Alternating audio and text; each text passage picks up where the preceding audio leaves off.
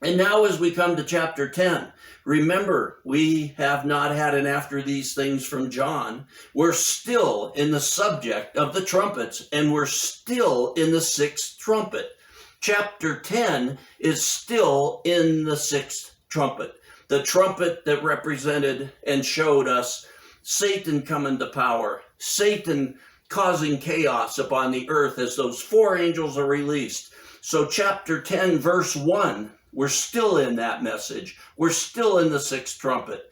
And 10:1 says, and I saw another strong angel. Remember what I told you, one of the three things you must understand to understand this book is that every time you see an angel in this book, it's bringing you a message from God within the subject that John has you in. So we have this strong angel, a powerful angel. You're going to receive a very powerful message, because look at the description of this angel. And I saw another strong angel coming down out of heaven. This message straight from heaven, this powerful, strong angel with this powerful message, clothed with a cloud. This angel is standing in a cloud. There's a cloud about him. And the rainbow was upon his head. He has a rainbow around him because he's standing in this cloud. And because what do we see next? And his face was like the sun, as he's got this cloud about him and he's shining like the sun. It's created this rainbow about him. And the reason his face is shining like the sun is him being God's messenger. He has this powerful message, this glorious message. God is going to send great light upon us now. God is going to give us light to see like we've never seen. This is one of the most powerful angels, most powerful message. And his feet were like pillars of fire. So we have this powerful angel bringing this powerful message. And what's the next thing we read? And he had in his hand a little scroll, a little book, which was open. People have debated what this book is, and people have also wondered, teachers have also wondered, whatever happened to Daniel's book? Because in Daniel, chapter 12, at the end of Daniel, God is showing him about the end times, showing him about the antichrist. And as he's showing these things to Daniel, in chapter 12, verse 4 of Daniel, it says, but as for you, Daniel, conceal these words and seal up the book, seal up the scroll you have until the end times. Many will go back and forth and knowledge will increase. And then also in verse 9 of that chapter, and he said, go your way, Daniel, for these words are concealed and sealed until the end times. Saints, here's another revelation for you, a glorious revelation. This is the book that Daniel had.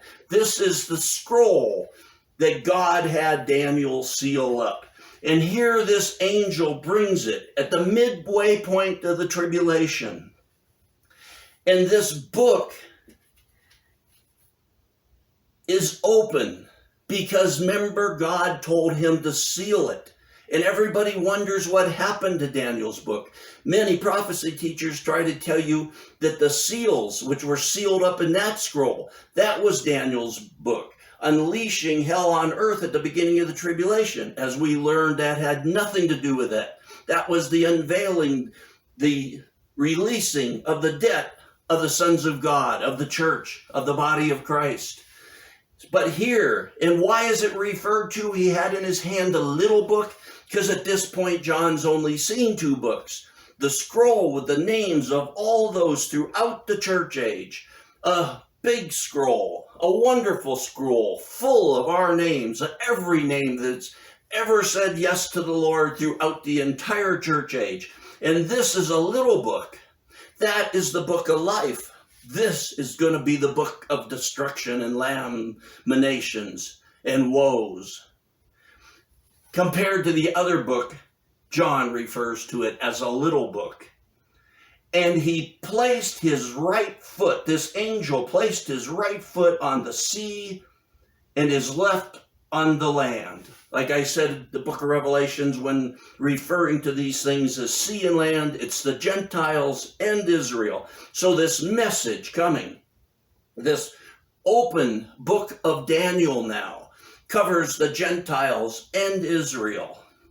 And this angel, he cried out with a loud voice, as when a lion roars, this powerful angel crying out like a lion. And when he cried out, the 7 peals of thunder uttered their voices. As this angel cries out, this thunder before the throne of God is crying out. And when the 7 peals of thunder, in verse 4, and when the 7 peals of thunder had spoken, I was about to write.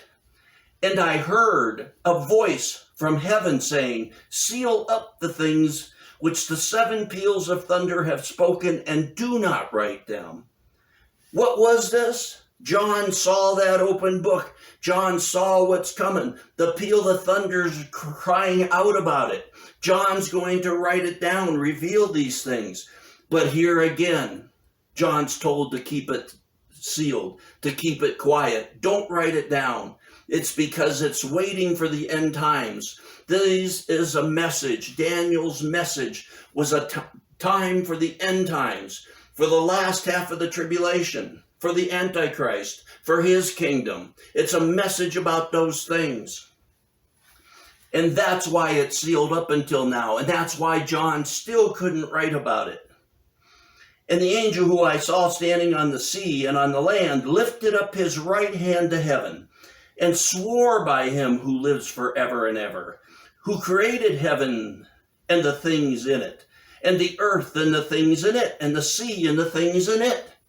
Now listen here, saints. After that he says that there shall be delay no longer.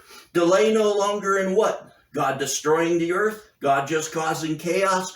No, it's about this book. It's about what Daniel had sealed up. There shall be delay no longer. We're at the midway point of the tribulation. There shall be delay no longer in the revealing of the Antichrist and his kingdom and his work coming to the woes in Daniel's book that have been sealed up.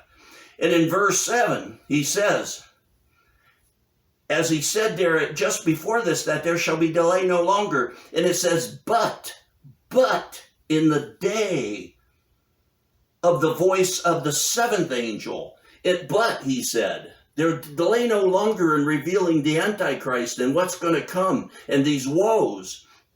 He says, but in the days of the 7th angel, we haven't seen the 7th angel yet. We're still in the 6th angel.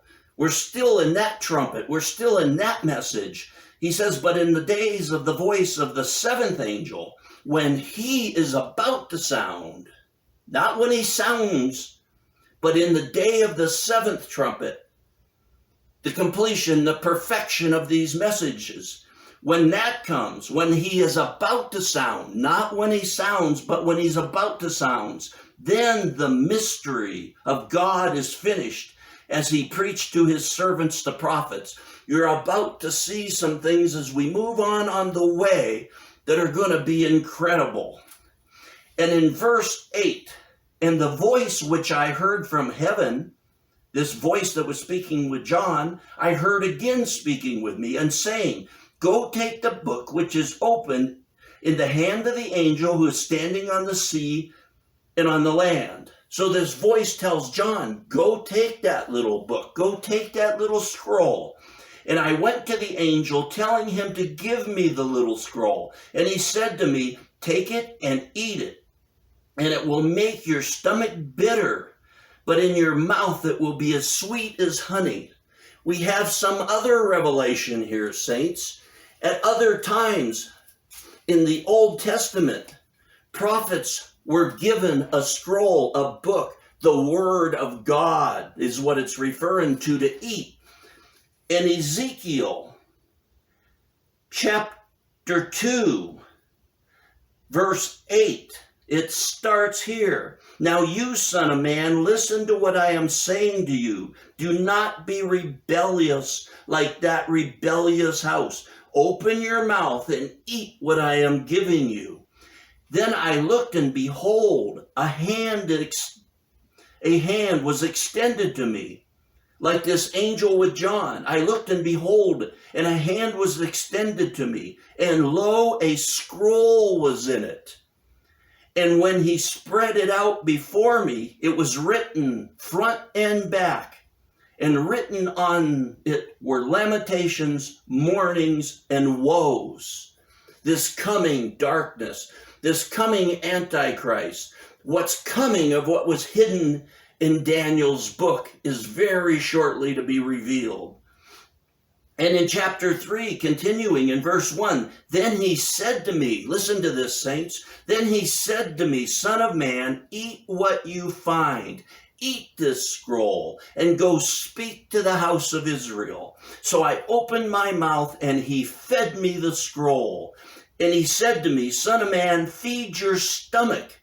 He said, feed your stomach and fill your body with this scroll, which I am giving you. Then I ate it, and it was sweet as honey in my mouth. When these people in the past have partaken of the word of God, whether it was good or it was woes, it was always as sweet as honey in their mouth. And that was all you ever heard. That was the message. It will be sweet in your mouth. And here's John. And in the end of verse 9, he says, take it and eat it, and it will be in your stomach bitter. This is a new thing. In your stomach, it will be bitter, but in your mouth, in your mouth, it'll be as sweet as honey. And I took the little verse, and the little book, the little scroll. In verse 10, it says, and I took the little scroll out of the angel's hand and ate it. And it was in my mouth like the others in the Old Testament, sweet as honey. And when I had eaten it, when John had partaken of this word of God, this message, it made my stomach bitter. I ate it, and my stomach was made bitter. What John is partaken of, what was hidden in Daniel's scroll, which we will very shortly see. This is a new message. This is bitterness. This is a special bitterness. This is something unexpected as John eats this word of God. And in his mouth, it's as sweet as honey, yet it is making him sick. It's making him sick to his stomach about what he has seen in this book and what is about to be revealed. And in verse 11, he says, and he, the angel, said to me, you must prophesy again concerning many peoples and nations and tongues and kings. This covers the sea and the land, the Gentiles and Israel.